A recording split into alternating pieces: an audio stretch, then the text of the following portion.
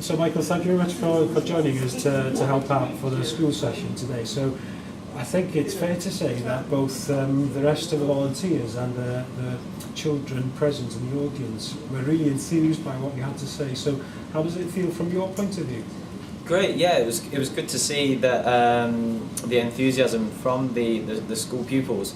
Personally, I would have loved to have something similar when I was applying for medicine, and I think it's a really good initiative for myself and everyone else that's been involved.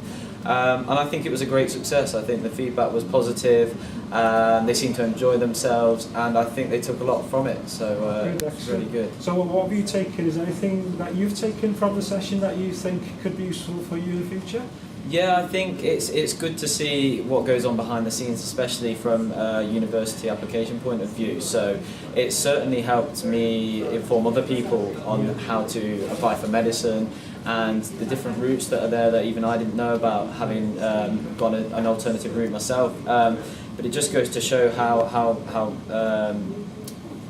when many experienced people come together, you can actually put together a really good event that actually helps students from various backgrounds get into medicine. And I think the question and answer part of it worked quite well, didn't it? It did. So I think it was nice to see people abandoning their slides because the audience were quite keen to ask questions. So I think that worked well, didn't it? Yeah, that's it. It's about answering the questions that people of such a young age have, and I think that's really where we sort of came into play, where we gave our experiences as medical students, doctors and GPs to really answer questions. Fantastic. Thank you very much for your help. No, thank you for having me. It's been great.